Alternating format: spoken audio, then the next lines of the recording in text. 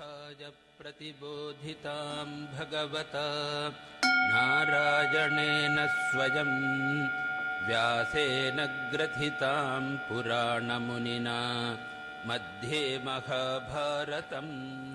Om Asato ma Satkamaya Tamaso ma Jyotirgamaya Mrityorma Amritam Gamaya Aviravirmayeti Rudrayatte Dakshinam Mukham Te Namam Pahi Nityam. May the Divine lead us from the unreal to the real, from darkness to light, from death to immortality. May the Divine Consciousness fill our hearts and protect us. So today we will take a look at some of the important themes that occur in chapter 5. And chapter 5 begins with a question, a doubt in the mind of Arjuna. Let me read the verse number 1. Sannyasam karmanam Krishna punar yogam cha shamsasi yat shreya etayorekam tanme bruhi sunishchitam. Arjuna said, renunciation of action, O Krishna, thou commandest, and again its performance. Which is the better one of these? Do thou tell me decisively. So we see that Arjuna's dilemma and doubt continues. We saw that there are two things that Krishna asked him to do. When Arjuna confessed to Krishna that he was confused, he didn't know what to do, Krishna began by drawing Arjuna's attention to his real identity, to his true identity as the Atman. And that's what we saw in the first part of chapter 2, the characteristics of the spirit. Then in the second section of chapter 2, Krishna then points out that Arjuna should work to do his duty, but without calculating his own self-interest in it. He should continue to do his duty selflessly. Work hard, but not seek its results. Now these two things, are they two separate things? Are they two alternatives that Arjuna could do either this or either that? Or are these two things connected? That's been the question not only in the mind of Arjuna, that's the kind of question we face even today. Especially those amongst us who have begun to take a deep interest in spiritual life are often faced with this dilemma. How much of my time and energy should be given to my secular activities, work, responsibilities, and how much should I give it my attention to my spiritual life? Is it either or situation? In some sense, it does seem to be that way, because the time and energy that are available at our disposal are limited. So if I give more time to one, I naturally have to give less time to the other. If I give more energy to one, there'll be less energy available to the other. So there does seem to be a tension between these two. So when Krishna asks Arjuna that remember your true identity as the Atman,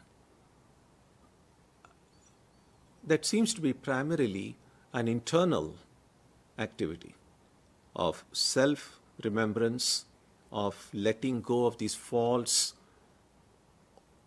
or misguided notions about ourselves and holding on to the truth within. On the other hand, Krishna is also asking Arjuna, go and fight the battle.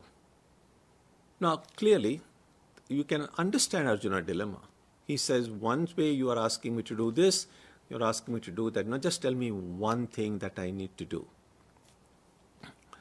And then Krishna will say in the second verse that yes, that both of these, the path of action, the path of going and carrying out your duty selflessly, is as effective, as important, as powerful, as capable of taking you to the goal as the path of knowledge. When you go away from all activity and focus your attention on the truth within your heart.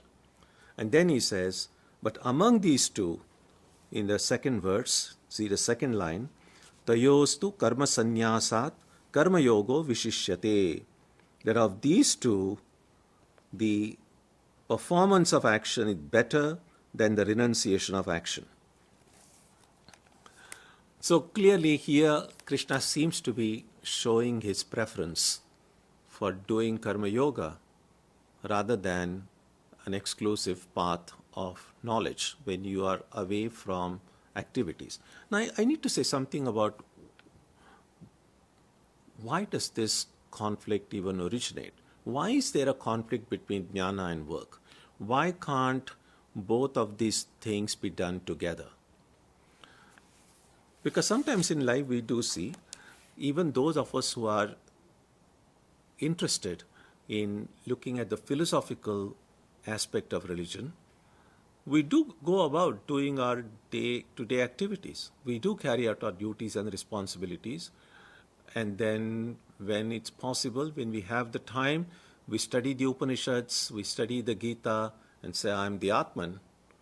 And the rest of the time, we are busy doing other things that are required of us. And why should there be any conflict between the two? Now, if we don't look at the two things deeply enough, there's probably no conflict. But on the other hand, if you look at what each of these requirements expect of us. So when I look at myself from the path of knowledge, I'm essentially saying I'm the Atman. I'm infinite, I'm all-pervading. I was never born, I'll never die. And so there is really no, if you're all-pervading, if there is nothing that exists apart from you, there is no action possible. Because in order for any activity, there has to be the subject, there has to be the object, there are the action connecting the subject with the object.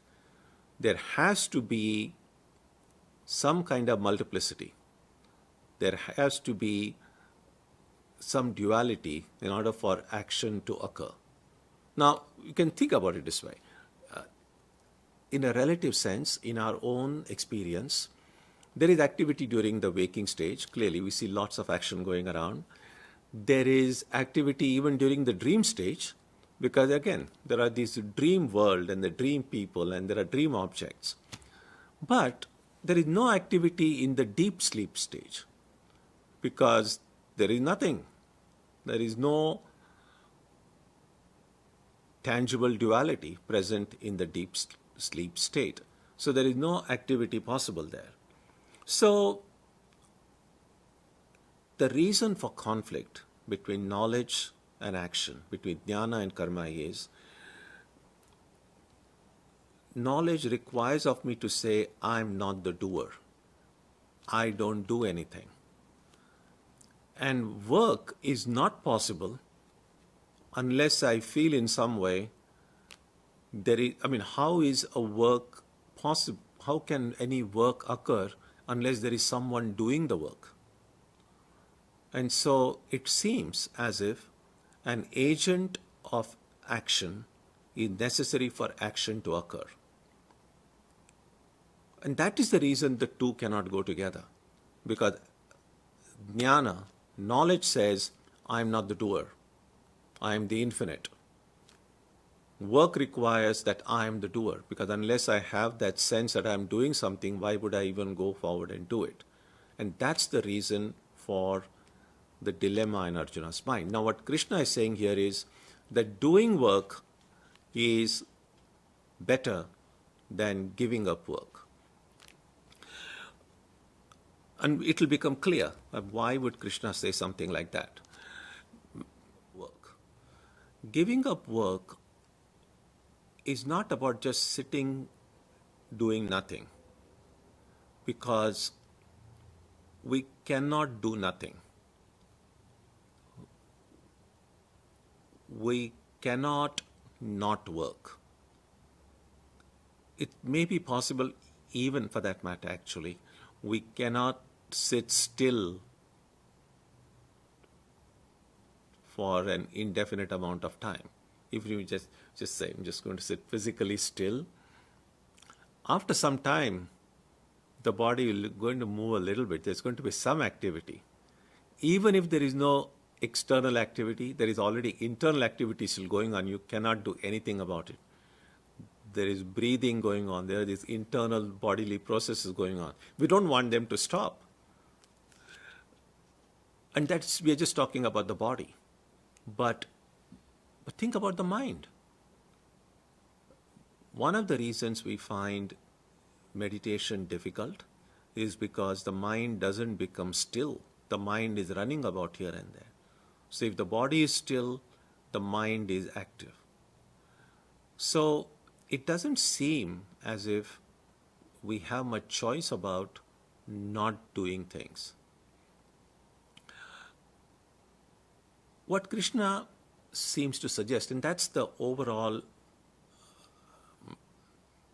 principle that Krishna follows throughout the Gita, and that is that everything in life doesn't necessarily have to be an either-or situation. Why not find a way through which both may be possible? Why not find a way by which, rather than seeing the path of action and the path of knowledge as two competing, mutually contradictory paths, why not look at them as complementary, that they somehow support one another, that it's possible to do both? And then the question is it possible to do both? One way of looking at that is this, that unless I have fully attained the knowledge that I am the Atman, that I am not the body and mind, that the body and mind are only my instruments, the selfless work that I do will necessarily be imperfect. It's not going to be perfect.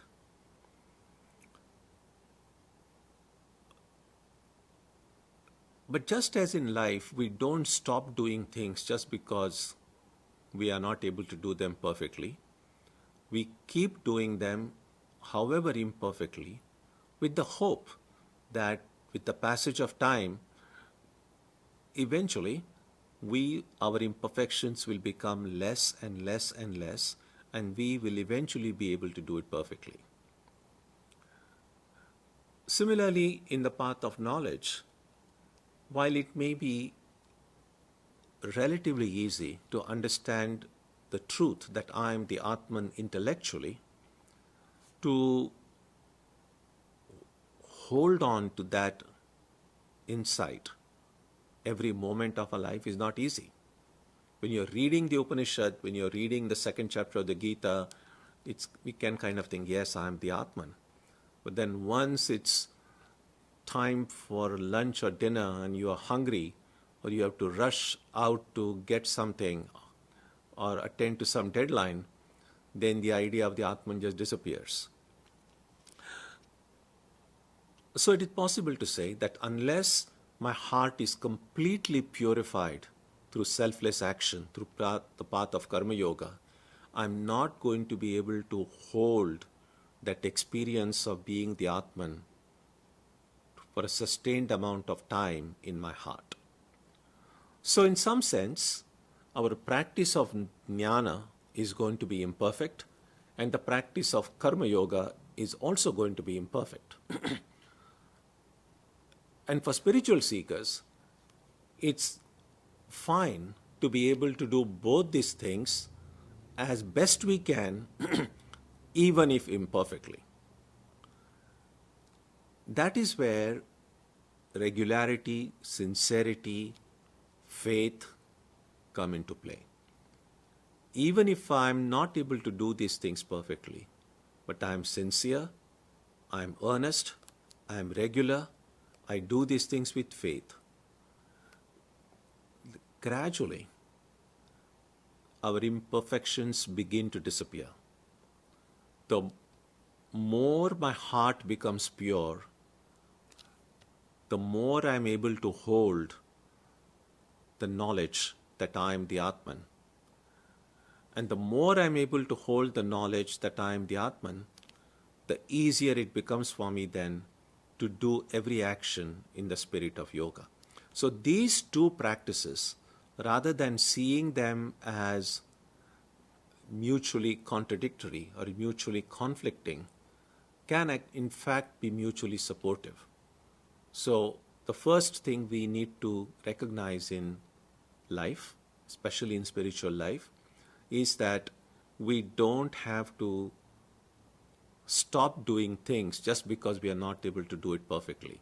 Because sometimes some of us do feel, oh, I'm so exhausted today, the quality of a meditation is not good anyway, but I'm so tired that it's pointless for me to just sit and try to meditate because I know today I won't be able to meditate.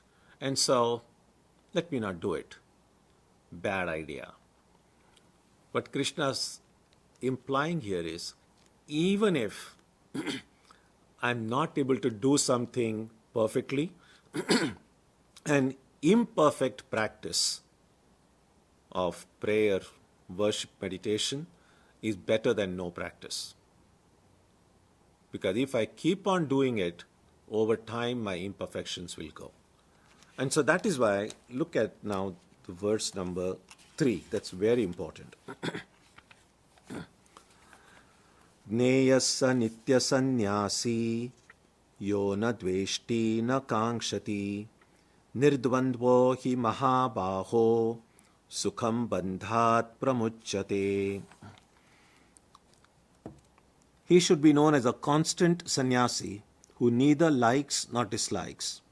For free from the pairs of opposites, he is equally set free from bondage. He is easily set free from bondage. This phrase, Nitya Sannyasi, is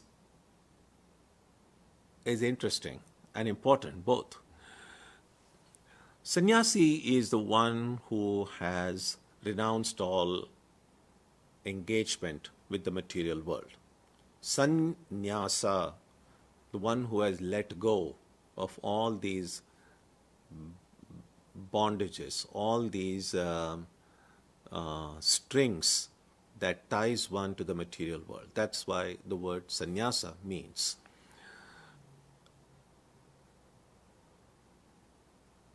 And when we realize that it's our connections with this perishable material world that is the cause of all the pain and sorrow in our lives, then who wouldn't want to snap connection with it?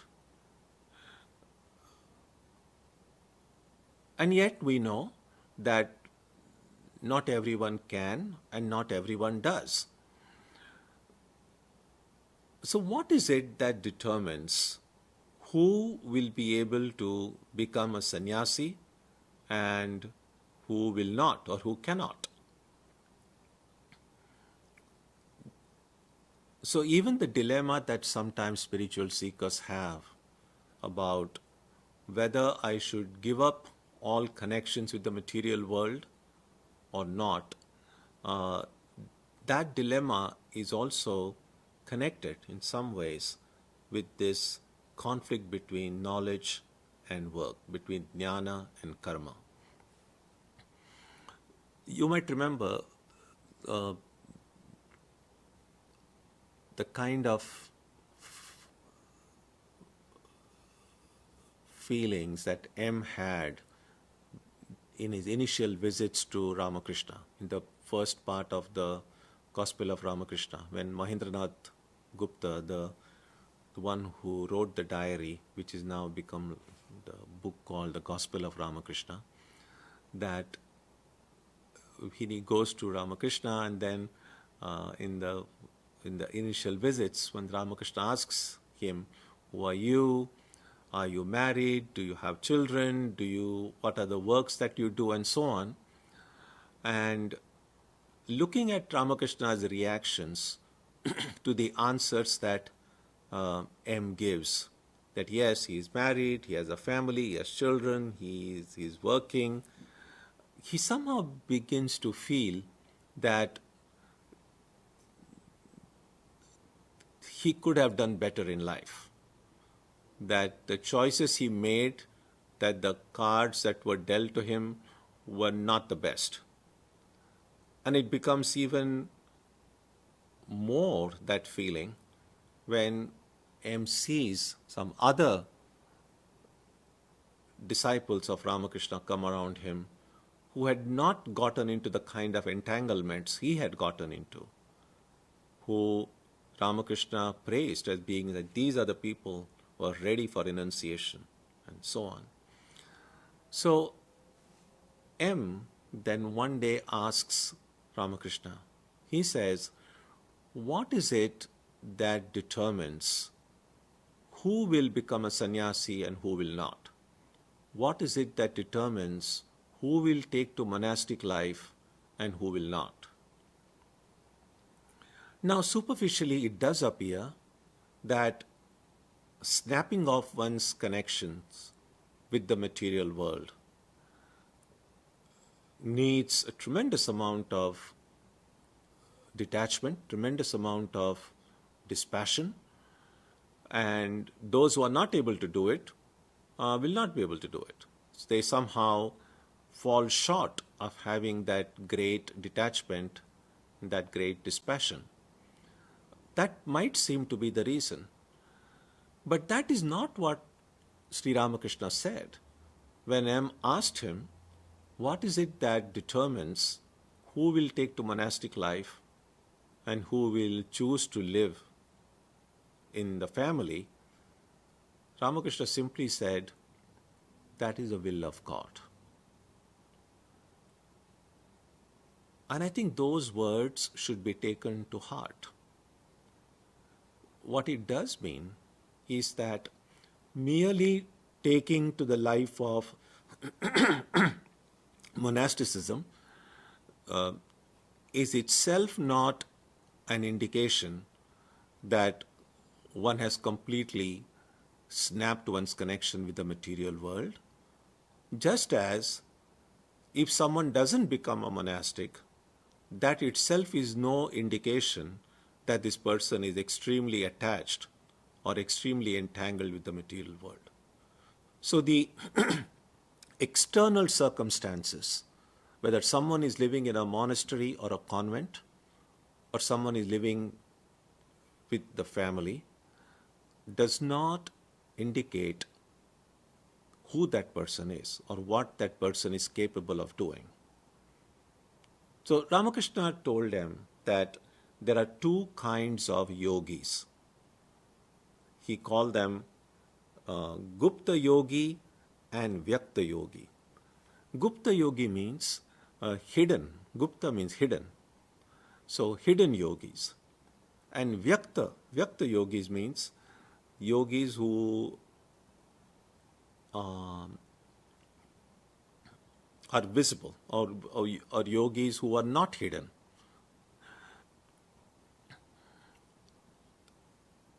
What Ramakrishna meant by that is that detachment is necessary for spiritual life, period. There is no option. So no one can say, oh, I want the world and I want God at the same time. No, doesn't happen. That's what Jesus meant when he said you cannot worship God and mammon at the same time. That is what the Vedantic analogy of the rope mistaken for a snake means. That you can never see the rope and the snake at the same time. If you're seeing the snake, you cannot see the rope. If you're seeing the rope, you cannot see the snake. So if what we are looking for is both, I don't want to give up the world, but I also want God, we are maybe just fooling ourselves. Or we can have a kind of a superficial religion when one feels, okay, I'm doing something for my spiritual life. I go to a temple or a church or a mosque, I say my prayers, and I feel good about it. But then I also have all these, I know that the things in the world are as important as these things. And so if I try to keep both of them on the same plane, it's not impossible, but what it means is that my life is going to remain quite superficial. My spirituality will be superficial, and my worldliness also might be superficial. In short, I'm going to be a superficial person. Or one of the two might be more. So there are some people who are very worldly, but they also have some interest in religion. So their worldliness is heavier, and an occasional interest in spiritual life kind of makes them feel good. And the reverse is also possible. So there are some people who are primarily interested in spiritual life, but who may not have succeeded or may not want to snap off their worldly connections. So there are all these permutations and combinations possible. But at some point, if you want to get out of this superficiality of life, we'll have to eventually, consciously or unconsciously, and consciously is what works best, choose what kind of a life we really want. One has to be authentic, and either I can be an authentically worldly person or I can be an authentically spiritual person. An authentically worldly person will have a worldly mindset no matter where that person goes. Even if such a person were to go to a place of worship, even if this person were to pray, what this person prays for will affirm, will show the worldliness of the person, not the spirituality. On the other hand, if someone is authentically spiritual, even if this authentically spiritual person is still in the world, still engaged in what seems to be a secular activity, but the way this person does this externally secular work will show that this person is authentically spiritual. So even secular work can be done with a spiritual mindset, just like religious activities can be done with a worldly mindset. That is the significance of this verse number 3. The Nitya Sannyasi, what is non-negotiable in spiritual life is this internal detachment, with this internal dispassion. There is no option regarding that. Externally, whether that inner detachment and dispassion should manifest externally, and usually that means taking formal vows of monasticism, going to stay in a monastery or this. All of that will depend, Ramakrishna said, on the will of God. There are many, many, many people who have amazing detachment. They're truly monks in every respect, monks or nuns in every respect. But for factors beyond their control, they could not be monks formally. And there are also, we see, cases of people who might have taken externally the garb of a monk or a nun, or a garb of a religious habit, a religious robe. But internally, if they have not that detachment and dispassion that is required to go with it, then they become the hypocrites, which is so much a problem. So just as there are hypocrites among the worldly people, there are also hypocrites among people who want to present themselves as religious or spiritual. So hypocrisy in any form is problematic, and that's the health of any community, the health of any society is measured by how many authentic people that community or society has, and how many superficial or hypocritical people it has.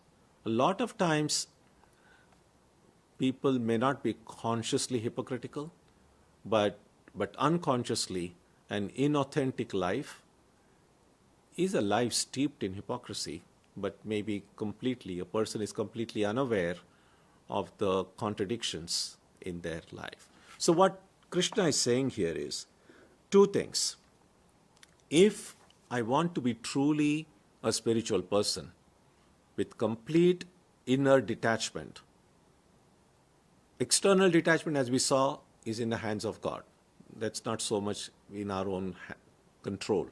What is within our control is what is happening inside me. And for that, there are just two things. Yo na dveshti na kankshati. If I can eliminate all dvesha, all hatred from my heart, and akanksha means hope, expectation. So, just two things. If I can eliminate these from within me, I am already a sannyasi. I'm already a real, authentic spiritual seeker.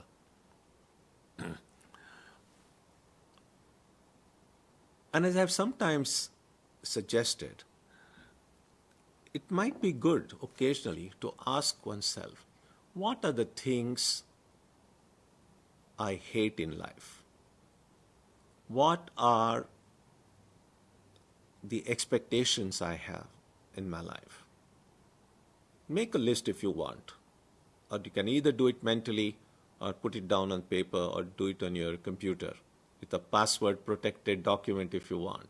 But it's good to have that list and then look at that list occasionally. And the longer the list, it is an indication that I have a lot of work to do. But if I look at that list occasionally and say, if these are the things I hate, why do I hate them? What are these biases and prejudices in my heart? And it may be possible that through discernment, through prayer, I might be able to see how futile, how nonsensical, how shallow many of our biases are, our prejudices are. And when we find that they are just so childish in many ways, or so pointless in many ways, we might be able to strike them off the list. Same thing with regard to expectations. The more the number of expectations we have from the world, from your country, from your government, from your family, from your friends, the more possibility there is for me to get disappointed. And if someone can say, I don't expect anything from anyone, and if that list of expectations, if I can cut it down to zero, the list of my biases and prejudices, if I can cut down to zero,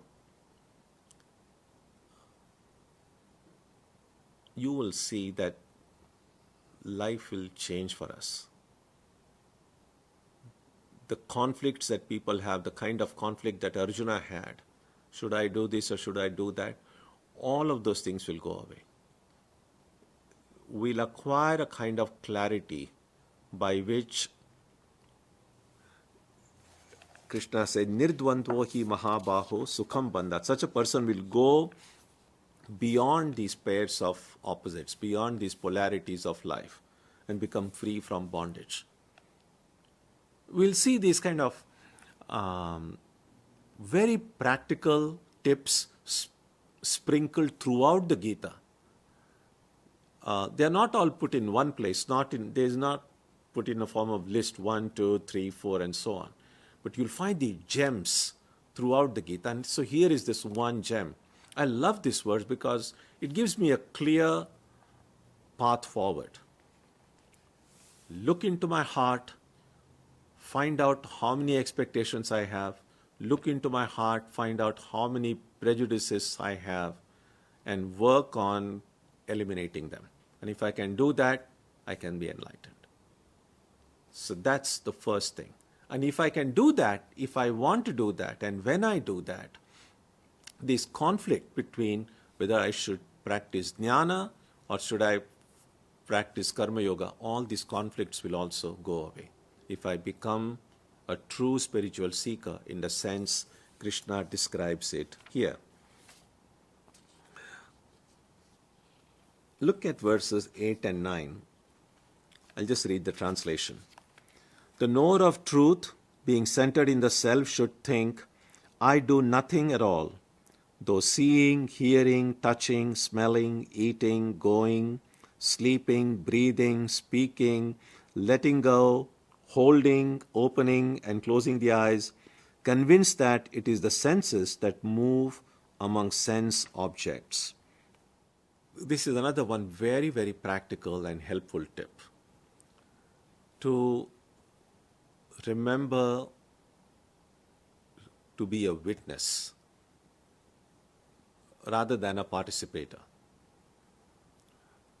And we have seen this on earlier occasions as well, that when we watch a movie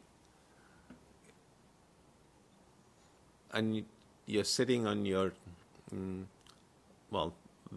hardly any of us goes to see a movie in theaters outside now. Most of us are able to do it just at home in the comforts of our own home. But if it's a well-made movie, in the beginning, I know I'm watching a movie. But if that story is absorbing and there is good acting and good editing, then I get sucked into that story. I get identified with the story or identify with a certain character in that story, and I'm no longer a witness. I become one with that story. That is the problem. So, as soon as we are born, we encounter this world around us. And it's a 3D movie. And of course, at that time, we don't even know what we were thinking, if we were thinking at all. We're just kind of taking it all in. And we inevitably find ourselves being involved, being a part of this cosmic drama or a cosmic play or this big movie that is continuously going on in and around us. What these two verses, 8th and 9th, say is that everything that is happening inside me and outside me, can I remember that I'm just watching it? That I'm not a part of the story, I'm only a perceiver of the story. Not merely in what the things that are happening out.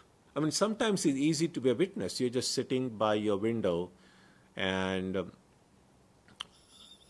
you see people walking on the street outside, or you see cars passing by.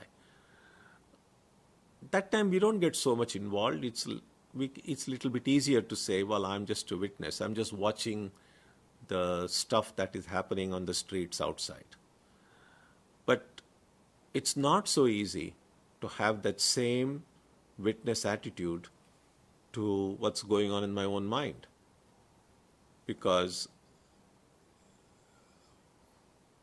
that just seems to be me. So what I am doing is really my body that is doing, and I can be a witness of what my body is doing. When I am thinking, it's actually an activity of the mind, and I can be a witness of what my mind is doing. So the more I am able to remain as a witness, that is what these verses say, the more detached I become. The body and mind will continue to do what they do, because those are creatures of habit. So if I have instilled a good physical discipline on myself, a good mental discipline, then the body will do what it is habituated to doing. The mind will do what it is habituated to doing. And so if I can create that kind of a discipline, a physical and mental discipline, then they will continue. They don't really need too much intervention from my side. It's a little bit like, well, think about a pet. If you have got a dog, cats are unpredictable, but dogs, if you have trained your dog well, then you don't have to do much. In fact, you can just watch and enjoy the antics of your dog. But if the dog has not been trained, then those antics may be very expensive. It can be very stressful. It can be very frustrating. So look upon the body and mind as your pets, if you like. Sometimes people say, keep a dog or keep a cat and you will be so happy. And yes, I believe that. People, they do bring a lot of joy to people. But if we look upon our body and mind as our pets, and if we train them well, a well-trained, a well-disciplined body and mind can bring even greater joy than a well-trained dog or a cat. And once they are trained, all that I need to do is just be there, just watch what they are doing. And they will continue to do. If I'm trained them well, they will do the right thing. They will think the right thoughts. And if at some point they seem to not be able to do so, I can have just minimum intervention and put them on the right path. So it's a great blessing, it's a great joy to have a disciplined body and mind. Now, sometimes when we are growing up, in our childhood, the elders in the family or our teachers might help us in disciplining the body and mind. Sometimes when we are very young, we might even resent it a little bit, may not, because not understanding that it is for our own good. But after some time, when we grow up, there are not going to be too many people around to discipline us. So we must make the best use of that opportunity when we are growing up. But after a few years, we have to do that ourselves. There isn't anybody around who is going to now discipline us. And therefore, a spiritual seeker who is able to do that kind of work well is the one who becomes happy. Look at verses 27 and 28. Again, very helpful verses. Sparshan kritva bahirbahyan chakshushchaivantare bhruvoho pranapanau samau kritva nasabhyantaracharinav yatendriyamano buddhihi munirmokshaparayanah vigatecha bhaya krodho yasada mukta eva saha. Shutting out external objects, steadying the eyes between the eyebrows, restricting the even currents of prana and apana inside the nostrils, the senses, mind, and intellect controlled, with moksha as the supreme goal, freed from desire, fear, and anger, such a person of meditation is verily free forever. Now, all of these things become possible when the body and mind are restrained and have been disciplined. Look at even the very first phrase, shutting out external objects. Sparshan kritva bahirbahyan. Now that's a major challenge for all of us who have attempted to do meditation. Because when we are meditating, we want to keep our externals out, keep the world out of the mind, so that the mind can be engaged with the spiritual ideal. But our inability to keep the world out, that the mind running after things that we call distractions, the mind running after them rather than holding on to the presence of the divine in our heart, that happens because of lack of discipline. That happens because the mind has not been trained. We are not able to maintain a certain posture ideal for meditation. We are not able to hold that physical posture because the body has not been trained.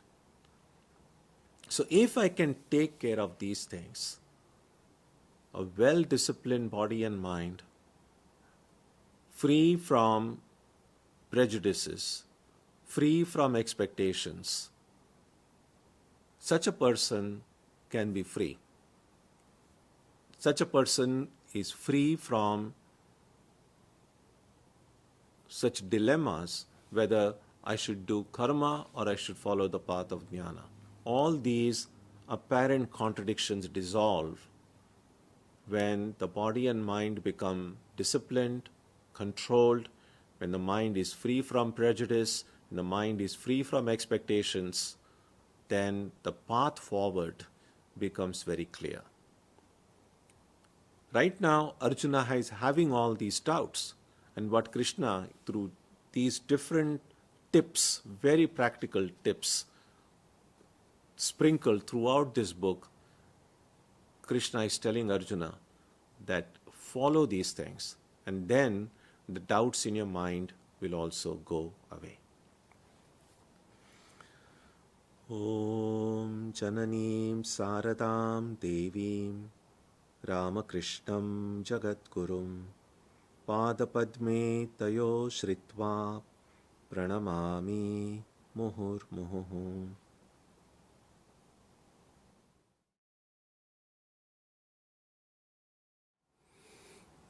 So let's take a look at the questions. Could we draw a distinction between voluntary and involuntary work? Yes, of course. There has to be. Could one not try and reduce voluntary work? Seems to me voluntary work originates from desire. Well, if by involuntary work is meant the work that is happening without my direct knowledge or without my prompting, then yes, of course. For instance, now the circulation of the blood and all the things that are happening within the body, that's not something that we are willing it, that's just happening. And of course, we have to distinguish that from the work that we do prompted by our own ego, prompted by our own desire. Because there is a work done with the knowledge that I am doing it. There is a work which is prompted by motives. And there is really no motive per se in the function that our lungs and hearts do. They just do, and we want them to keep on doing. And so, yes, we can make a distinction between the two. Is the idea of perfection in practice actually somewhat of a barrier to practice?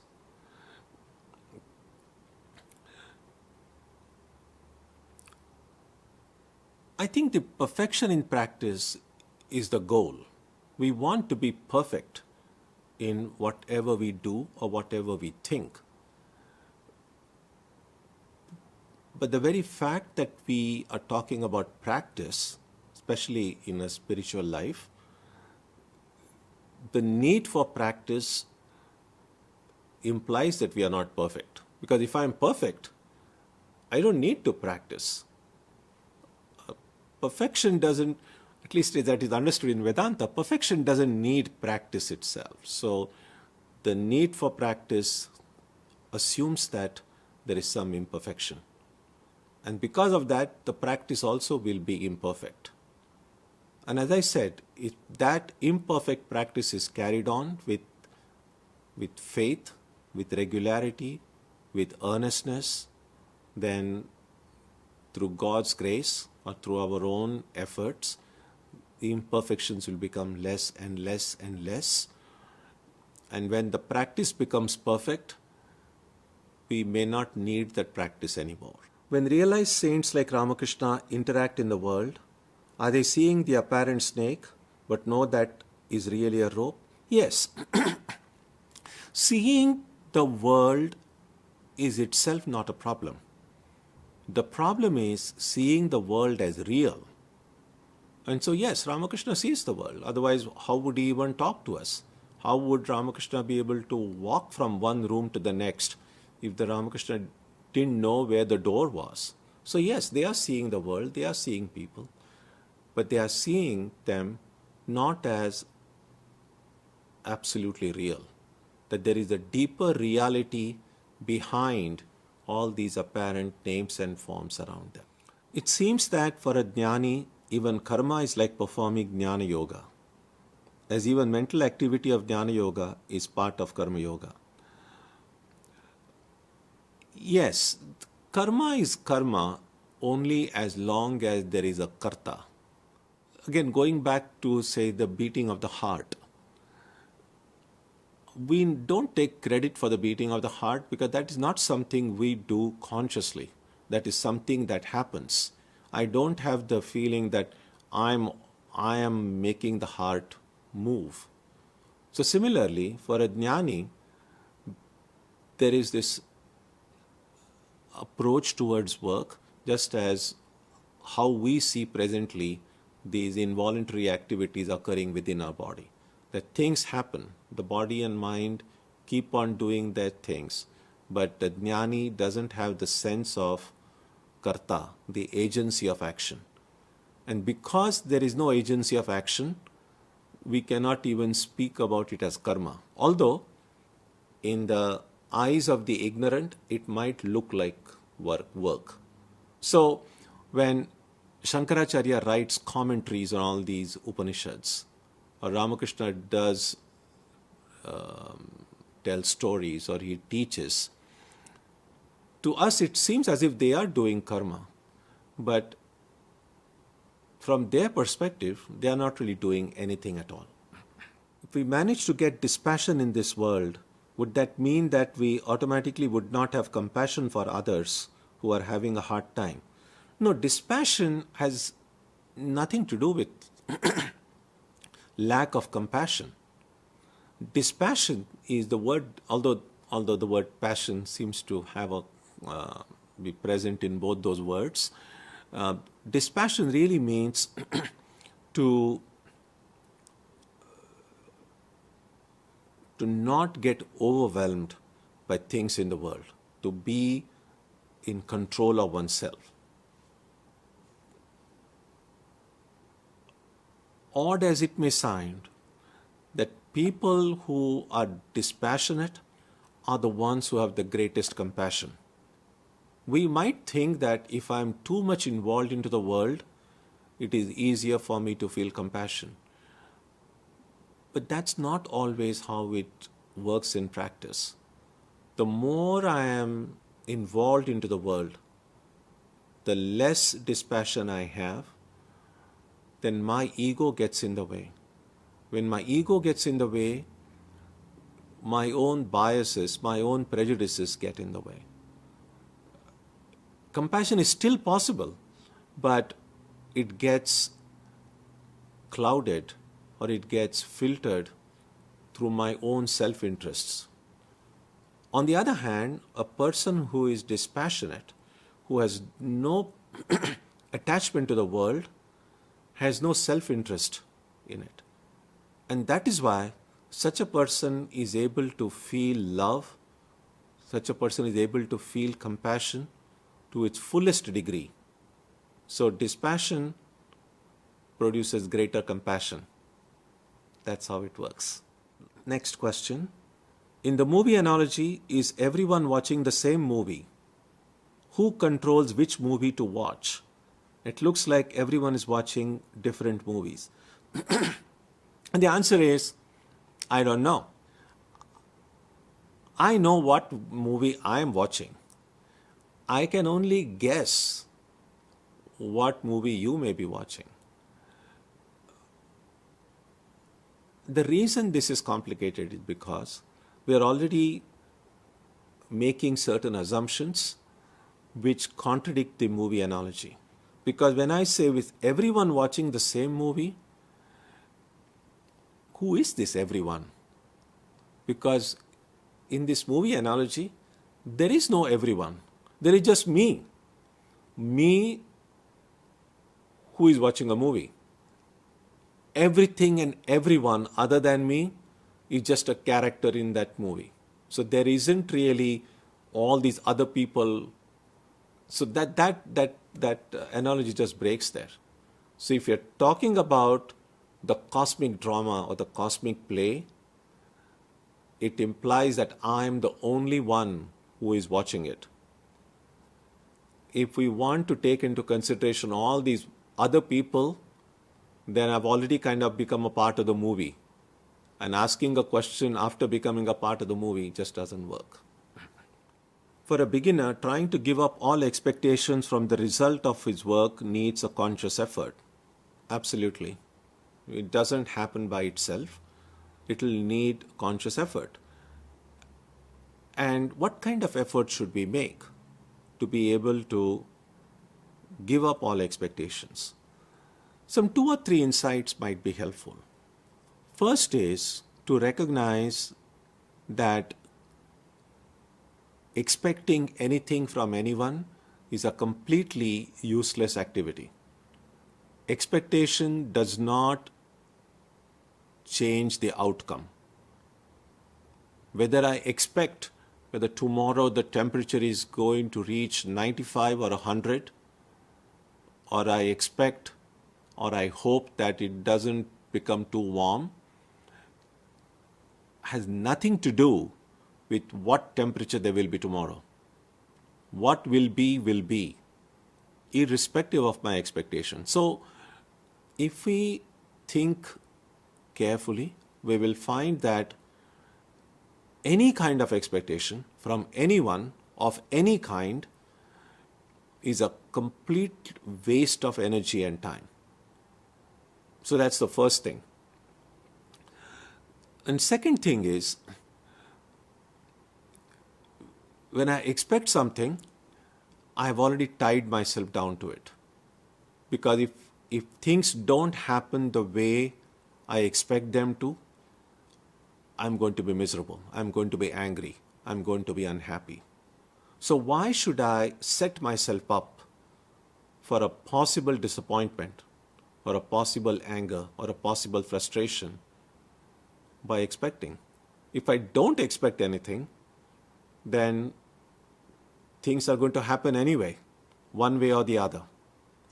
So it's much, much helpful to stop expecting things because it doesn't accomplish anything at all. Okay, I think I need to qualify that observation with this. All of what I said works perfectly with my expectations related to, from or about objects and things and people in the world. But expectation actually can be helpful if I relate it to my own self, if I relate it to my own spiritual ideal.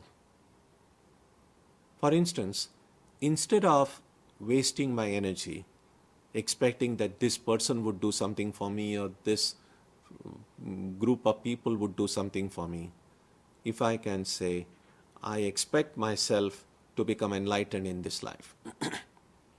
That kind of an expectation,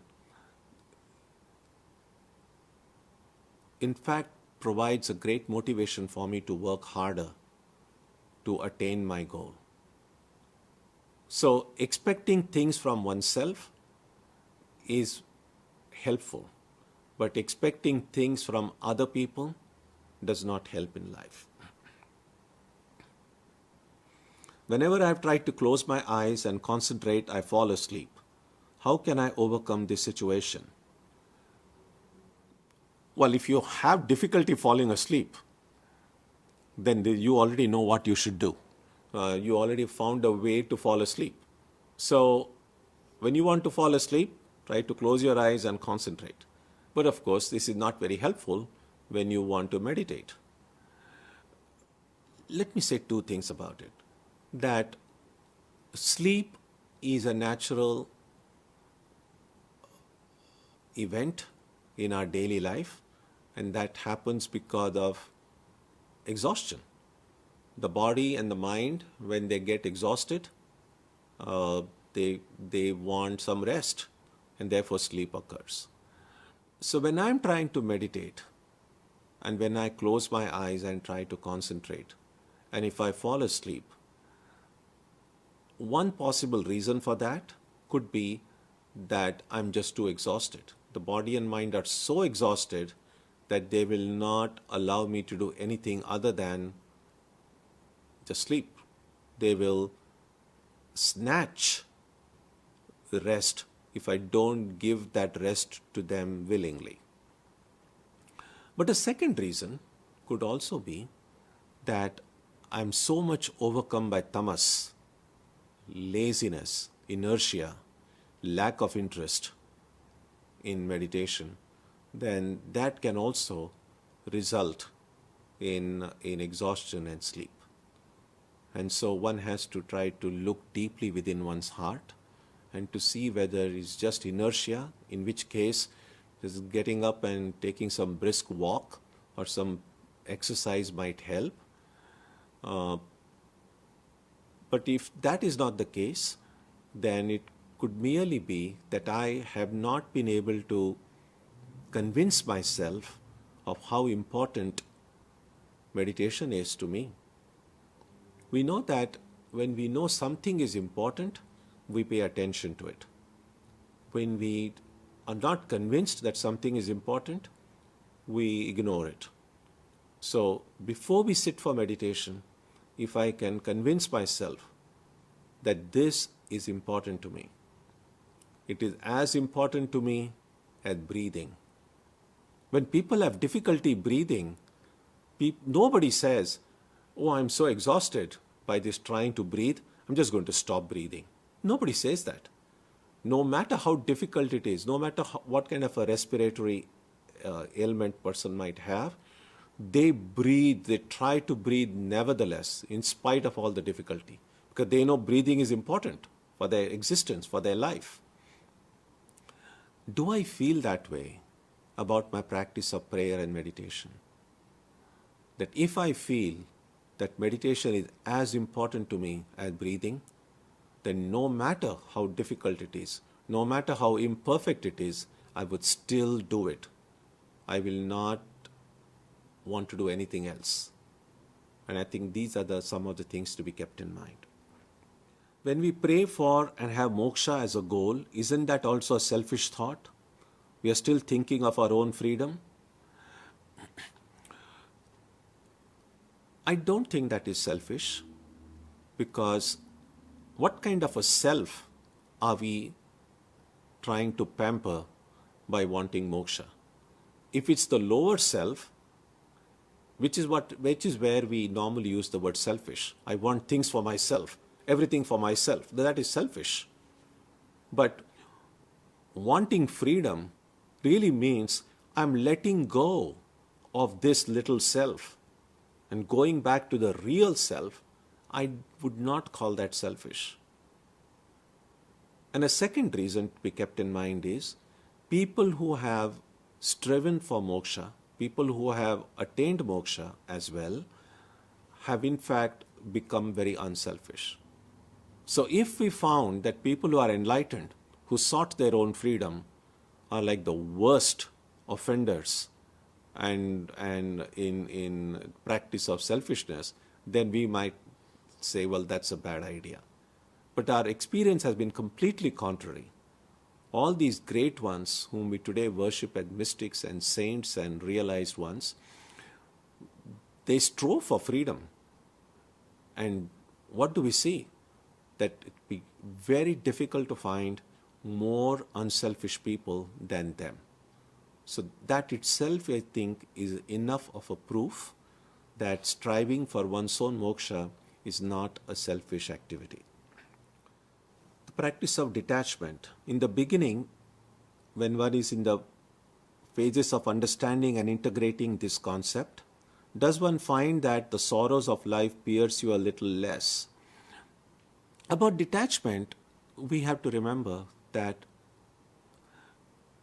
it is primarily an internal process.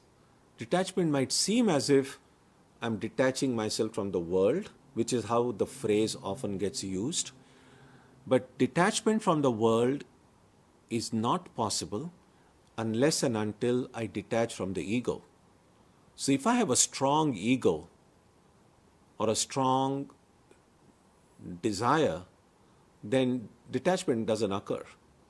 So although it might seem as if I'm detaching from people and things and stuff that is happening in the external world, the real detachment is occurring from my own, this little unripe ego, the little I.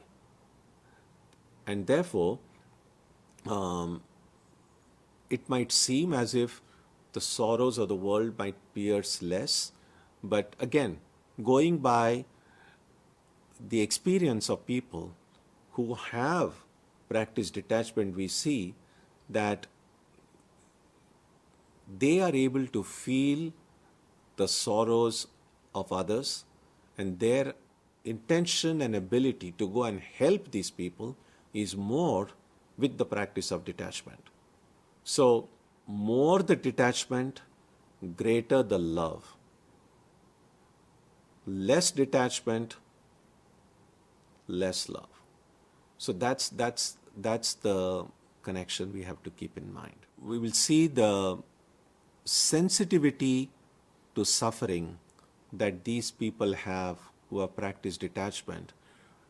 Their sensitivity is much higher because the loosening of the ego in the heart, one becomes sensitive to even the subtle movements that are occurring in our own heart. We become sensitive to our own subtle suffering and even become capable of experiencing the subtle joys in our own heart. So that sensitivity that we acquire to experience our own joy and suffering, that sensitivity also reflects in us seeing the joy as well as the sorrow in the world. So we are able to rejoice in the joy of others, and we are able to grieve in the sorrows of others when we have perfected ourselves in the practice of detachment.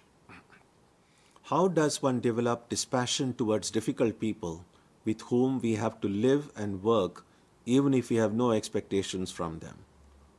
If we have no expectations from them, then we have already developed dispassion towards them, because it's dispassion and lack of expectation goes together. So all that we can remind ourselves is that these people whom we see as difficult people, they are working out their own karma, they have their own set of samskaras, which is making them do, making them think in the way they think, the way they do, and they have to face the consequences of their own actions and their own decisions. And all that I have to do is hold on to my way of thinking, hold on to the positive, good samskaras that I might have, that I keep on doing what is right, I keep on doing what is good, irrespective of what people around me do. If in some ways my doing what is right and good influences them and makes them also good, that's great. If it doesn't, that's too bad. But there is nothing you and I can do about it. Someone like Ramakrishna or some of these great saints, they might have the ability to change the lives of other people. One day we might acquire that ability ourselves. But right now, we need to use our energy, our willpower to change ourselves. And to the extent I succeed in changing myself, to the extent I succeed in making myself a better person, I might, either today or tomorrow or in future, might have some power to try to help change other people. But until then, we can just pray for them that people who are difficult may not be so difficult in the future. You see, even if people who are difficult might seem to be a source of misery for us, it's also good to remember that people who are difficult, and if they are really difficult, then they are a greater source of misery to themselves. Often it's the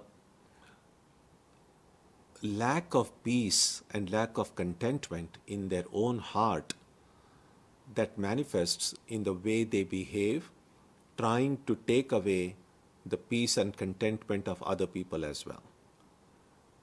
So while we don't always have the ability to change them, we must at least have the ability to protect ourselves from such influences. The next question. You spoke about our ability to train our mind and body, that we can train our mind to think the correct thoughts. In an earlier talk, you spoke about the basement of the mind, from where thoughts bubble up. How to train the basement, or that part of the mind which isn't in our conscious level? Very good question. A detailed discussion of this we can find in Swami Vivekananda's book called the Raja Yoga, which essentially deals with how the mind functions and how we can purify the mind, how we can make the unconscious part of the mind conscious. So we don't have time to go into detail, but I would strongly recommend that you read Swami Vivekananda's Raja Yoga, and you might get some ideas in there about it. And going forward, this discussion will come up and we can discuss it in greater detail that time. While meditating, we sometimes experience great joy. Can this experience of joy be considered a worldly attachment to the senses? The joy that we get in meditation is not coming from the senses. It's a joy that is coming up from within. And therefore, I would not call it a joy of worldly attachment. But having said that, it's also good to remember that when I'm meditating, if I am feeling a great joy, and many of us will sooner or later experience that joy, it is helpful to ignore that joy while you are meditating. Because sometimes it's very tempting. Someday you have a good meditation, you're sitting peacefully, and you're experiencing this great joy, and you just say to yourself, oh, how fortunate I am. Today, finally, after days of struggle, today I'm having a good meditation. That kind of thinking is not helpful, because the moment that thought enters into my mind, effectively my meditation has already stopped, because I'm no longer thinking of God, I'm thinking of the joy in my mind. And so therefore, such joy, such peace will be experienced by every serious meditator. But the trick is to not dwell on it. Now we might say, oh, well, what's the point then? Well, the point is, let me finish my meditation for that day, and then it's not that I'm going to forget the joy. So later on, I can be very grateful, I can be happy, I can relish the great meditation I had that day, but to not do it while you are meditating. In fact, that kind of dwelling on the joy of meditation while one is meditating is considered a great obstacle in meditation. It's called rasa aswadanam. Rasa is that joy, that taste. Aswadanam. So trying to taste the joy while you are meditating. And so that effectively stops the meditation. And so joy will come. I do not consider that a joy as a result of a sensual joy coming from the world, but it's problematic if I try to relish it, try to enjoy it while I'm meditating. I often struggle to engage with current activities or world as an observer rather than a participant. Some days it seems better to stop news altogether, but it feels like it's too easy way out. No, I don't think it's too easy way out. I think the news, to see the news or not, or how much news to see, I don't think that is a problem in itself, but how much I am attached to what I see and how much my mind can take in without getting overwhelmed by it. Because I think shutting out the news is, if someone can do it and if someone is happy with it, they can go ahead and do that. But I don't think the news itself is a problem. It might also seem that it's not a bad idea to be aware of what's happening in the world around us.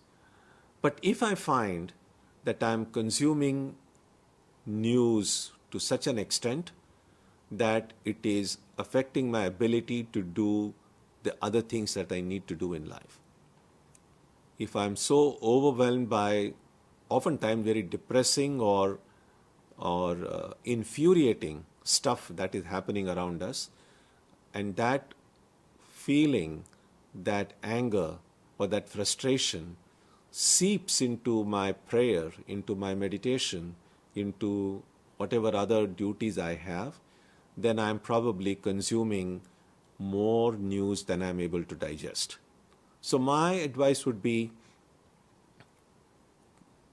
open to the world, but only as much open as you can digest it. Because if I'm not able to digest all the sensory input I get from the world, then there's going to be indigestion. And if there's indigestion, then that's no fun. That's always problematic. Is compartmentalizing the right way when one is going through a difficult situation and one's mind is going through negative emotions? Compartmentalizing might be a stopgap solution, might help in certain cases, but that's only a very temporary solution. Eventually, all compartments have to go away. Eventually, all the walls need to be broken. So yes, compartmentalization might help, but I do not consider that to be a perfect solution. So as spiritual seekers, we must first set our own house in order. We must first make sure that everything is all right here. Only then we can look outside and see how we can help. And those of us who have known how difficult it is to change ourselves, those of us who know the challenges involved in removing some of our bad habits, will then have a greater compassion, greater understanding when we see other people struggling with overcoming their own shortcomings. Then we will be more forgiving because we know the challenges that are involved. So lots to discuss, and thank you for these very good questions and good ideas. Then I would encourage you to, whenever you find time, to just look at your copy of the Gita, go through some of these verses, some of the ideas that have come up during our discussions, try to reflect on it.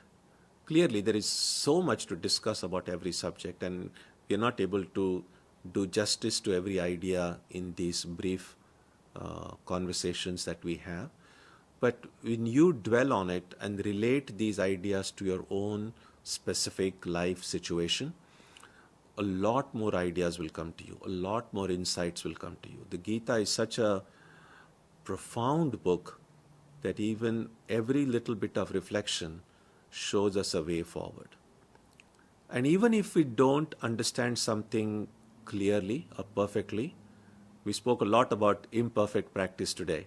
So even if we understand something not perfectly, but we strive to put it into practice, even an imperfect understanding with an imperfect practice might yield results which may not always be perfect, but those results will be enough for us to know where we should change, how we can improve.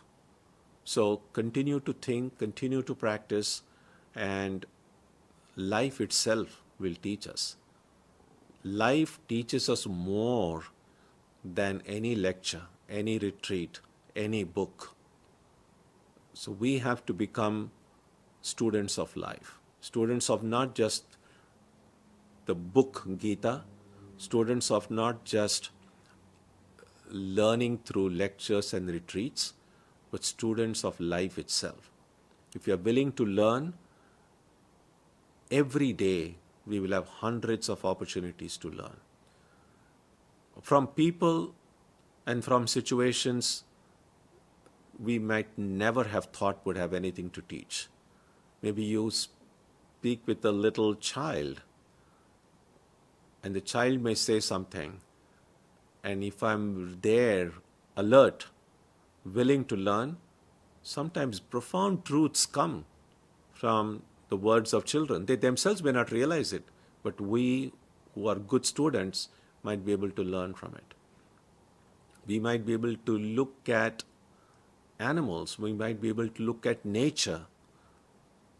If you're willing to learn, there are hundreds and thousands of ways we will have opportunities to learn. So let's continue to do that going forward. May the Divine Being, who is the Father in heaven of the Christians, Holy One of the Jewish faith, Allah of the Muslims, Buddha of the Buddhists, Tao of the Taoists, Ahura Mazda of the Zoroastrians, the Great Spirit of the Native Americans, and Brahman of the Hindus, lead us from the unreal to the real, from darkness to light, from death to immortality. May we be granted strength, freedom, and clear understanding. May we learn to see God in our own hearts and in everyone around us.